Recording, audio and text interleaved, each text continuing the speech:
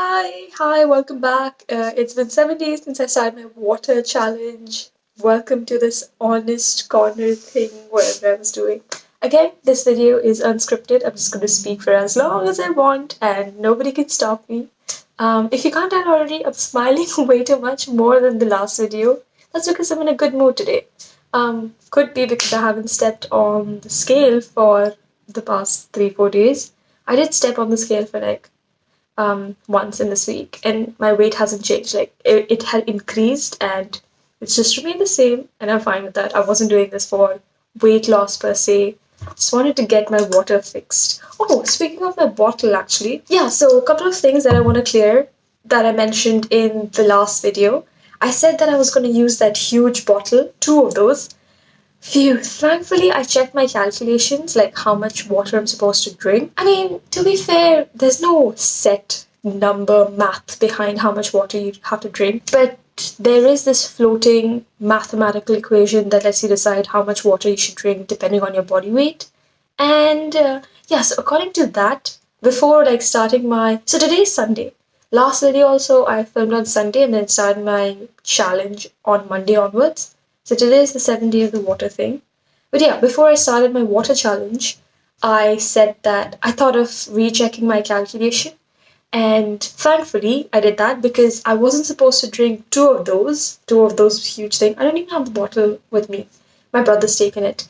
But I was just supposed to drink one of that, so 2.2 liters in total. Then what happened was on day one, so I think I just filled my bottle at like 12 a.m. It was pretty late. I was like, might as well just fill the bottle, keep it by my bedside, and then go to sleep so that right in the morning I can start with the challenge.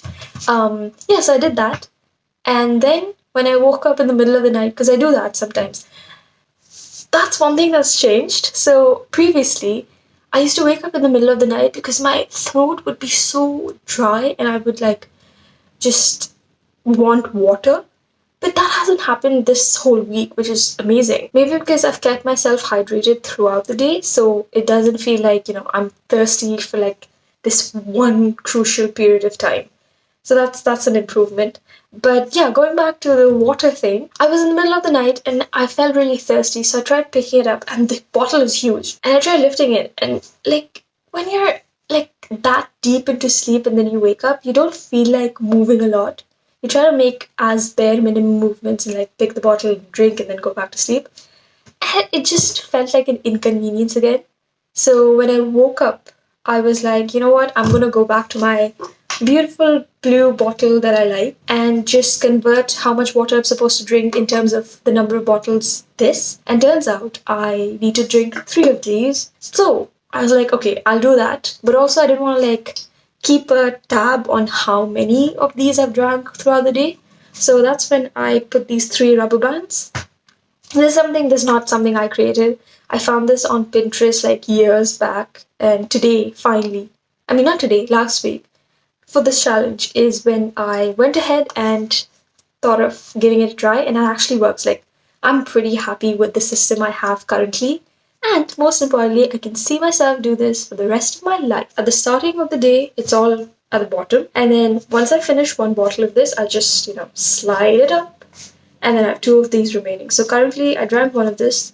I have two of this remaining. Today is the 7th day. So 6 days, I was pretty consistent and I drank three and sometimes more than three of this every single day. This whole mechanism that I've put in place is going to work.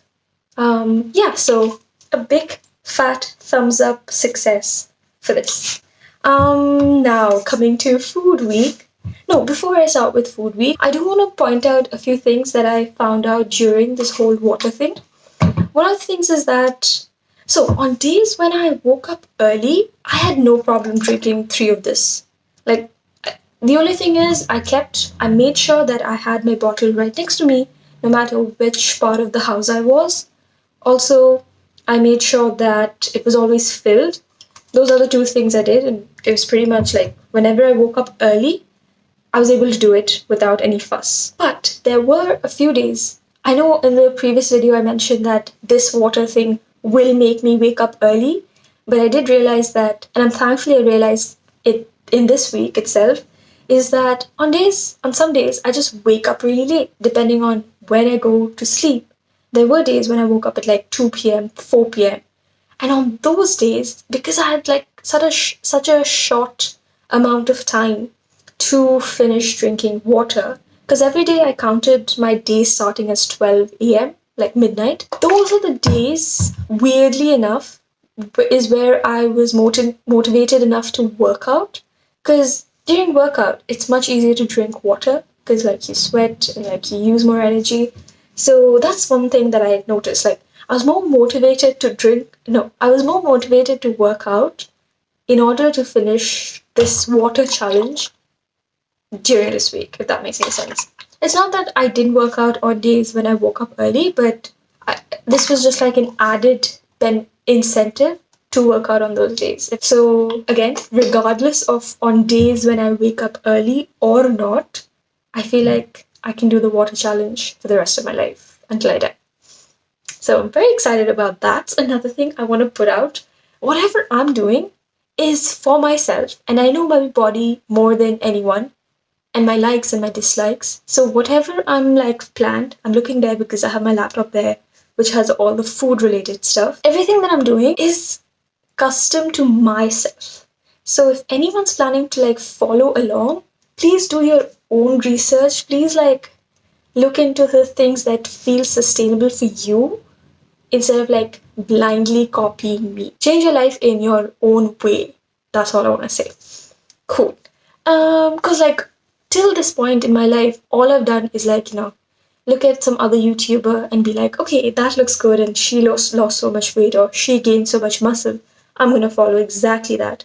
And it just doesn't work out because like everybody's body is different, everybody's lifestyle is different, everybody's likes, dislikes is different. So you just can't have a standard plan for everybody. With that public service announcement, I want to get back to discussing my food thing. So, with the food thing again, I did take out a lot of time to watch a bunch of videos. For me, research is like looking at YouTube videos, but the problem is in today's world, there's just so much information that a lot of your effort goes into like finding what the right or wrong research is because you have information supporting both arguments, like one information and there's another information which is completely contradictory, and you'll have enough content for both of them. So it depends on like which rabbit hole you go down in. So again, none of my research or whatever I'm gonna do for this week in terms of food or like for the rest of my life, again, I'm ready to do that experiment on my body, but don't blindly follow me. Just do your own research and do whatever. My laptop is gonna die. Do whatever feels right for you. Yeah. Okay. Okay. So the food thing, what I came up with, I have a Google document ready over here. What did I do first? Right. Okay. Cool. So the first thing that I did was, I think this was on Monday, Tuesday. I don't know. Yeah, like 1 or 2 days after starting my water challenge, is that I listed down all my healthy and non-healthy sustainable habits that I have that I can do for the rest of my life without much effort. And in terms of my healthy sustainable habits, I came up with 4. So the first one that I really, really love is carrots and hummus as snack. I feel like that's a healthy snack. And so I'm someone that does not like vegetables. I don't know why I turned out to be this way, but I just like I eat vegetables, but if it's like made in a way where it's tasty sort of thing, I just can't eat boiled vegetables. So carrot is a vegetable. And for me, carrot and hummus come, I don't know how I found this snack idea, but I tried it and I really, really liked it. So I listed that as one of my healthy habits. I also like fruits, so I can very easily eat a fruit every day. That's something I like. And then I listed down cooking using HelloFresh. So for me, what I realized is I like cooking, but I don't like, rationing out how much quantity of spices, vegetables I need, and all that sort of stuff.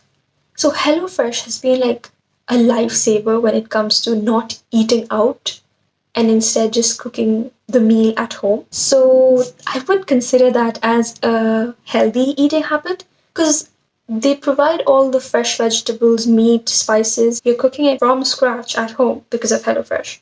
So I feel like that's relatively a healthy eating habit. So I listed that as cook meals using HelloFresh as something I like and I can see myself do for the rest of my life. Like, don't get me wrong, I do see myself cooking with regular ingredients and not relying on HelloFresh solely for the rest of my life. Let's just keep cooking as one of my healthy habits. I don't know why I over explained this. And the fourth thing that I listed was I like eggs, milk, and chicken as my protein source. So those are the four things that I like in terms of healthy eating habits. Coming to non healthy, sustainable eating habits, the stuff that makes me feel guilty and, probably the whole reason of my weight gain and unhealthiness. But again, these are some habits that I've learned and done for like 21 years of my life. So it's gonna take a while.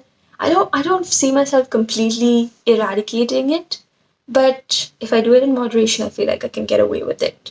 So the three things that I listed was I don't know how I developed this habit, but I am capable of eating one Nutella jar at like one sitting. I don't know how I developed this. I wish I did, but that's just the truth. So that's my first non healthy habit.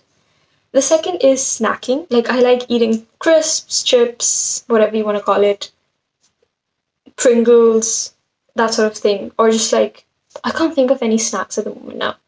Uh, like all those Indian snacks as well, like Haldiram and stuff. I feel like if it's in the house, I can easily eat it. Like I like snacking even if I'm not hungry. And the third thing is takeouts when I'm lazy to cook or if I haven't eaten for a really long time. Even though the time that'll take for me to order food and like get it delivered is sometimes the same or even more than the amount of time it'll take me to cook. Sometimes when I've like not defrosted the chicken or just too lazy to like get out of my bed, I'd rather just order takeout. So I feel like those three. I don't know if I have any other unhealthy eating habits.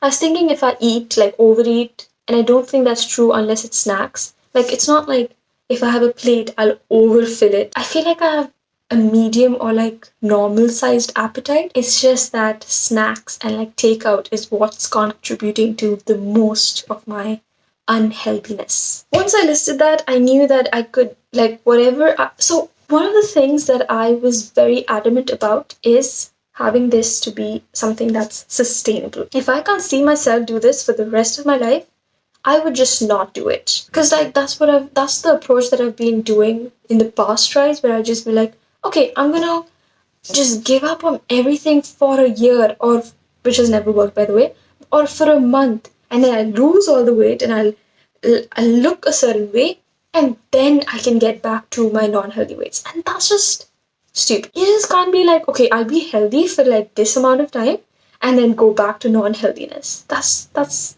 I don't want to do that. If you want to do that, do it. I don't want to do that. So I was like, okay, I'm going to keep asking my question. Can I do this for the rest of my life? And if the answer is a no, I am not gonna include it in this health journey. So after listing the healthy habits, what I did was like go on YouTube and just type, I think, eating healthy or how to eat healthy, something like that. Now, even though a lot of videos are related to weight loss, I deep down know that personally, I don't really care about weight loss per se, as long as I have enough muscle mass in my body and not that much fat. Dieting and weight loss, these two things come up way too often when it's health search. Now, I don't know if it's because, the algorithm knows that I'm a fat person who is trying to lose weight in sense of fat loss, and that's why they're recommending these videos even though I type eat healthy. The titles were like, eat this for weight loss, try this diet for weight loss. And my biggest concern was, again, going back to that question, is this sustainable for the rest of my life? So, coming to diets. Okay, let's cover the diets first. Before I even tell you what my food challenge will be, let's cover diets, okay? GM diet, like I mentioned last time, thankfully no one's talking about it anymore, but I would never do that again. I think I have like a few diets listed that I considered, and I was like, again, ask the question, can I do this for the rest of my life? And if the answer is no, you're not doing it. So the first thing that came up was vegan, vegetarian. That's been very popular right now. Now, me, if you know me in real life, I love chicken. And I don't want to say I'll never go vegan or I'll never try vegetarianism, if that's how you say it. I would never go vegetarian. But currently, right now, where I'm in my life, I don't want to I just can't see myself give up chicken. I can't even think about going vegetarian for 1 week right now, currently. So a lifetime just seemed like a no. So I moved on to the next diet. If you're vegetarian, if you can do it, great, good on you. Again, whenever I'm mentioning these diets and I'm giving the reason as to why I'm not doing it, it's only because of me, not because I don't want anyone else to do it. Because again, everyone's different and everyone should just make decisions on their own and especially not listen to me out of everyone that you can listen to. Next one was keto. Oh my god, keto. Everyone, for last year, I don't know what happened. I don't even know how these diets just merge out of nowhere. And then you literally hear every friend, family member, not literally, but most of your friends, family, talk about that particular diet in that time frame. So, keto. I wanted to look further and see what this keto thing is before I answer the question, can I do this for the rest of my life? Keto, what I understood, again, I could be wrong, but what I understood is there are three main food groups that your body needs in order to function: carbohydrates, proteins, fats, right? And then the rest is just vitamins, minerals, fiber, water, all of the less percentage thing. But the majority comes from fats, proteins, carbohydrates, right? And in a normal, again, who even knows what normal is? But generally, we have more of carbohydrates, more of protein, and a little bit and less of fat in our general diet. So obviously, because we're eating more of carbohydrates, protein, and less of fat, our body has more of carbohydrate storage. Obviously, the whole rationing system is gonna make use of carbohydrates for energy. Now, in ketosis or keto diet, what's happening is you're feeding your body less carbohydrates. Protein stays the same, or I don't know, increases, decreases upon your liking. I'm not too sure. But the main thing of keto diet is you increase your fat limit. So I feel like this is why your body goes under this shock, and the first week it's hard for your body to understand why the carbohydrate storage is depleting and this person is not feeding me to replenish the carbohydrate storage. That's why I feel like so many vlogs were I feel tired and I feel so lethargic and nauseous during the first week and then I become really fine. So yeah, your body, the thing is, I love my body and I appreciate my body in the sense of molecular, cellular level, because it's so amazing and it has all these mechanisms in place where it works towards keeping you alive. It's pretty cool to think about. So I appreciate my body in that sense. It's just this outward version that I need to appreciate more of. So that's another tangent that I don't want to touch on currently. Let's go back to keto diet, right? Yeah. So then, in keto diet, what you're doing is you're increasing your fat storage. Protein remains the same, carbohydrates not there. So then your body's like, oh my god, okay, let me recalibrate this and see that there's fat, which I can again use for energy. So fine, let me use fat now instead of carbohydrates. That's all it is. And for some people, it might be more efficient for them to use fat instead of carbohydrates for energy. But for me, for this 21 years, I've been living fine. My body's been using carbohydrates instead of fat. Plus, I like pasta, bread, and all the carbohydrates that are fruits. I don't want to give up fruits. So that's what the skeleton of the diet was. So I really didn't understand why people are so hell bent on changing their way of making their body use a different food group for their energy. But essentially, all diets came down to was just altering the way you eat so that you ultimately, if you want to gain weight, you be on a calorie surplus. And if you lose weight or if you want to lose fat, you remain in a calorie deficit, right? Because at the end of the day, everything, all food items, have calorie and it in turns into energy, and literally everything is energy. this became a little too philosophical. But yeah, so that's what I understood from this. So again, I asked myself this question. Can you see yourself being on a keto diet for the rest of your life and letting your body use fat storage instead of carbohydrates? And the answer was no. Again, if your body is capable of and it works more efficiently, if you have more fat storage than carbohydrates, go ahead. But for me, I'm doing fine. And I don't want to give up my bread and my pasta and my cake and fruits. And then the third and last one that I was actually considering trying out, and then I was like, finally, no, or like more like a maybe than a no, was intermittent. I don't know how to say it. Intermittent. Okay. So the third one was intermittent fasting, and this was the most likely according to my lifestyle because I, anyways, right now currently, I'm waking up at a time and sleeping in an odd time, and my eating window is anyways like a shorter amount of time compared to if I woke up early. So I was like, intermittent. I'll just say IF, intermittent fasting. Let's just go with IF. I was like, IF seems doable. But then again, I came back to the question, can I see myself do this for the rest of my life? And the answer is no, because I feel like once I go back to uni in September, once my lifestyle from this lockdown changes, so I'll have a larger window of staying awake. And obviously, I'll feel hungry during that time compared to like if I'm sleeping. When I'm sleeping, I'm not hungry. Why let a clock decide when to feel hungry instead of like letting your body decide when to feel hungry? And I was also thinking about, how food and eating is just like any other body necessity, similar to like sleeping, breathing, pooping, peeing. So IF seems like a good thing right now, according to my lifestyle. But like I was imagining just having one specific window where I get to sleep. I don't let my body decide when I'm sleepy, but I just try to sleep in that window. Or like I put a time window that's the window when I only get to pee or poop. And that just didn't make sense because like our body is already capable of giving us signals as to when we feel sleepy, when we feel thirsty, when we feel like pooping or peeing, and when we feel hungry. So again, why constrict to like a weird setup of life when you can rely on your body? No again to IF. So again, the more diets I came across, ultimately it boiled down to eating food in a restrictive or surplus manner. Then, while doing all this research and coming up with all these excuses for not following the diet, I came across this channel that I absolutely love and subscribed right away. It's called Frumpy Fit. Now, I don't know what Frumpy means, but the channel is called Frumpy Fit. She's a trainer who has a degree in exercise science. I don't know what exercise science is. I just found that out on Instagram.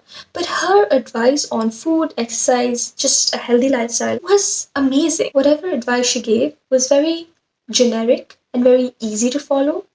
And then you could customize it on your own. Because of her, I understood that the most important thing is being on a calorie deficit for me right now. Now, again, calorie counting is not for everybody. So, again, I'm just making this as an experiment and I don't know if it's going to work out. But she had this video that I'll link it down below about the way to count your calories. Because I don't know why, when I was growing up, there was this number floating around 1200. So everyone said you can't go below 1200, but you can eat 1200 regardless of what you are. If you're a woman, if you identify yourself as a woman, you can eat 1200 calories. Don't go below it, but you can eat 1200 calories. And that number has stuck in my mind for such a long time. And there was a time when I tried following 1200 calories diet and it just wasn't sustainable. I wish I knew this before. Like, that everybody is different. Everybody's body composition is different. So you just can't put a specific calorie number and be like, everyone gets to eat 1200. That's just not how it works. So I learned that there's something called TDE, total daily energy expenditure. Like depending on your BMR, oh my god, BMR reminds me of BMI, body mass index. And because of BMI, I've always, since the time I knew what BMI was, I've always been classed as either overweight or obese. I knew in my head that I'm not obese. Like, I'm not obese. I just know that. Yes. Yeah, I know that I'm not obese. But this BMI calculator kept pushing the idea that I am obese.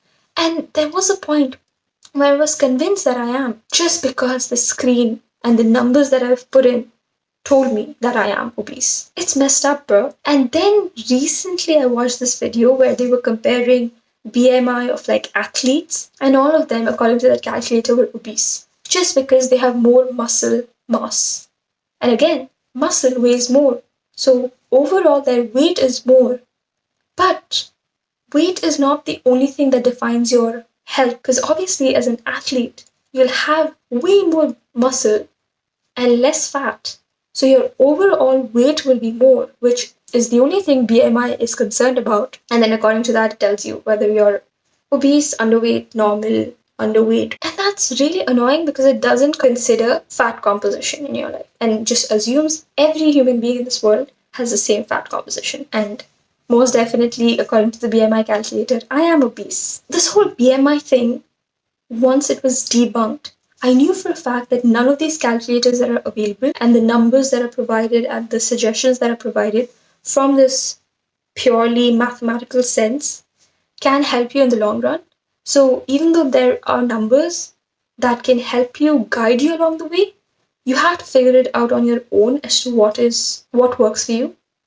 And these are just supposed to be, some sort of like an underlining way to start your journey. So even though I watched the video from Frumpy Fit and came up with these numbers, I knew for a fact that they're again just going to be a guidance, and then ultimately I have to like figure it out on my own. So from the video, I went to a BMR calculator, basal metabolic rate. So BMR is basically like, suppose you're in a coma, your body, even though you're in coma, your body is still functioning from inside and using up energy to, I don't know, like transport blood, breathe. Your brain is using energy to think, all sorts of things happening. Even if you're like not physically moving, even if you're in a rested state, like sleeping, you're still consuming energy, which is burning calories. So BMR is that. It lets you put in your height, weight, age, and gives you the number of calories needed by your body to function in a rested state. Again, this doesn't consider your fat percentage, at least not the calculator that I used. There's some calculation that does consider your fat percentage, which can give you more accurate results. But I'm someone that doesn't really know what her fat percentage is. So I went with the generic one that doesn't consider your fat percentage and is less accurate. And according to the numbers and the changes in my body, I'll eventually like alter it. So I found out how much calories supposedly I would need in order to function as a rested body. Then from the BMR, there's something you can calculate as a TDE. TDEE, total daily energy expenditure. TDE, TDW, TDE.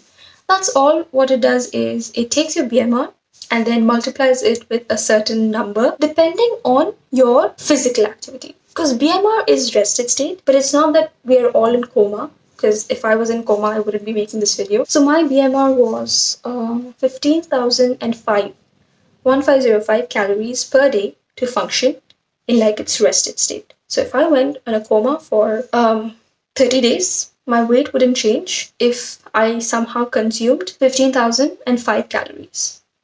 Again, it's not accurate to the point, but around that range. Then what I did is multiply my BMR with 1.45 because I exercise moderately and I got 2182.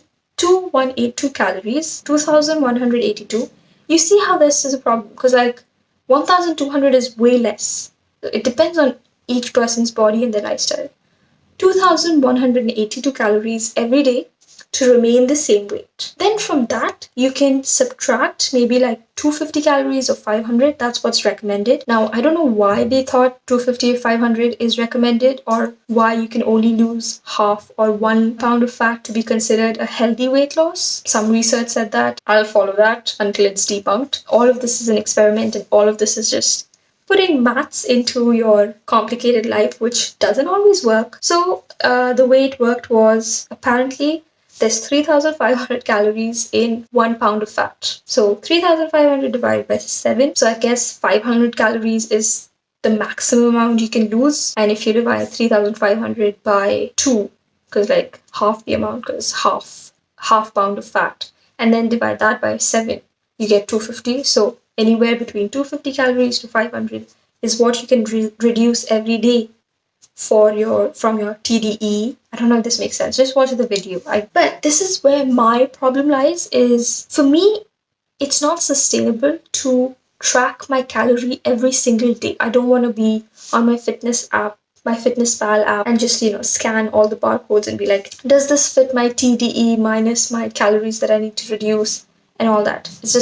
I just can't see myself do it. So coming to the actual food challenge now. So I found out about all this information. I had my numbers, I had my diet options, I had my healthy and non-healthy eating habits, all of this information on a document. Most importantly, answering the question, can I do it for the rest of my life? I came up with my food challenge. So it's very generic, by the way. I'm like hyping it up for no reason. But this week's food challenge is 4 things. So, like I mentioned, I don't want to calculate my calories every single day. So, my first thing for my food challenge is I will have a week-long meal plan, not meal prep. Because trust me, I've been there. I've bought like so many plastic containers and boiled so many eggs and chicken and rice and like put it in this plastic container and kept it in the fridge and eaten week-long stale food. Some people are great with meal planning. I'm not. I like cooking and eating food fresh and within like 1 or 2 days max or 3 days max, and then just cook something else or order something from out. Meal prep I can't see myself do for the rest of my life, so again a big no. This is meal planning and acknowledging the fact that sure you can meal plan, but during the week things can go wrong or like something else can come up and change this meal plan. But you will start your week with having a week-long meal plan, including these numbers. And instead of doing a TDEE, where you calculate your total daily energy in expenditure, make your plan in a way that, and as long as your week total is in accordance to that 500 or 250 less of calories, you're good to go. I can see myself do a week-long plan just so that it's easier for me to function, because like I don't want to put in so much thought into what am I going to eat for breakfast today, what am I going to eat lunch for today.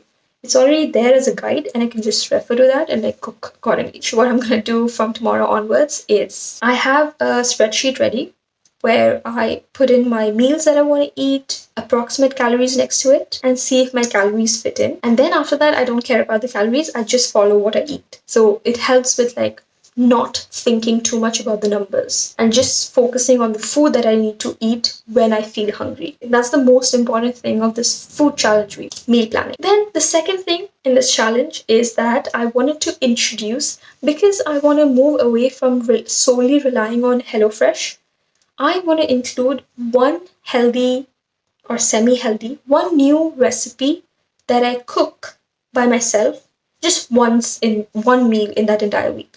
Just one meal in that entire week, I need to try a new recipe that I cook by buying the ingredients by myself. And I just have to eat it for that one day. And if I actually enjoy that recipe, then I can include that recipe multiple times in the following weeks to come. And if I don't like that recipe, then I just never eat it again. Simple as that. So that would pretty much like take care of my healthy eating habits. And the other two in my challenge cater to the non-healthy eating sustainable habits, which was Nutella and crisps and takeouts.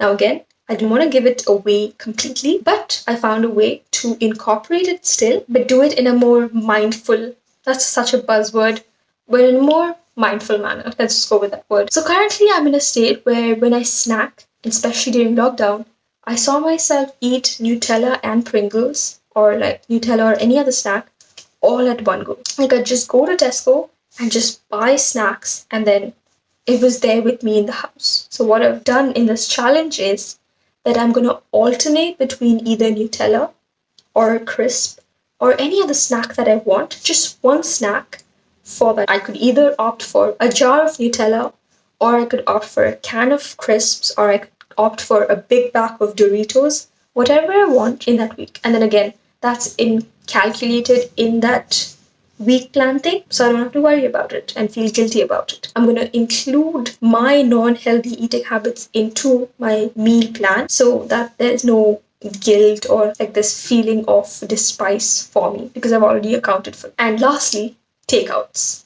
Now, takeouts is something that I've not planned in my week long meal plan, but I'm aware that there might be moments where I would feel like ordering takeout, or there can be moments when I go out with friends to eat out. So, a workaround that is when I do have a takeout craving, I'm going to either record a video clip or just write down why I feel the need to order a takeout.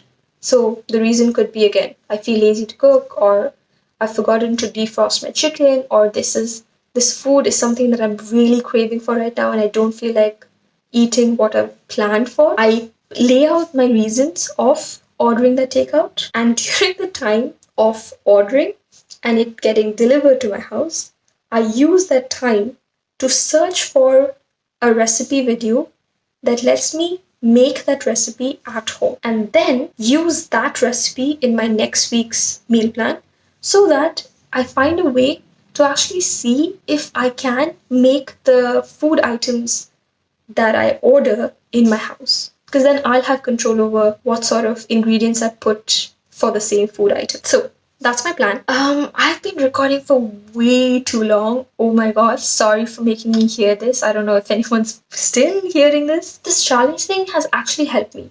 Like, I wouldn't be that consistent with drinking water if I wasn't like at the back of my mind, I was like, okay, I need to record on Sunday whether I finished the water challenge or if was there any day when I failed. So I kept up with it. So I feel like this YouTube thing is helping me. I'll just see if it helps me with this food thing because that's been my biggest problem. Like I mentioned in my last video, it's becoming cloudy. I feel like it's gonna rain and the lighting has changed. Yeah. So that's all. That's all I have to say. I'm gonna follow this food week long thing, and next week when I record, I'll include any of the clips where I felt like I crave a takeout, and let's see what sort of reasons my mind comes up with. Hopefully, I made sense. Hopefully, it was good looking at me in a way better mood than I was last week because I really feel like I'm in a good mood this week. And we'll see how this whole thing unfolds. Really excited to follow my meal plan. I might also share the picture of what I decided to eat and how much each calorie thing is and all that sort of thing. First few weeks, I am deciding to stay on the high end, like only reduce 250 calories each day, 250 to 7 per week sort of thing. That's all. Okay, bye.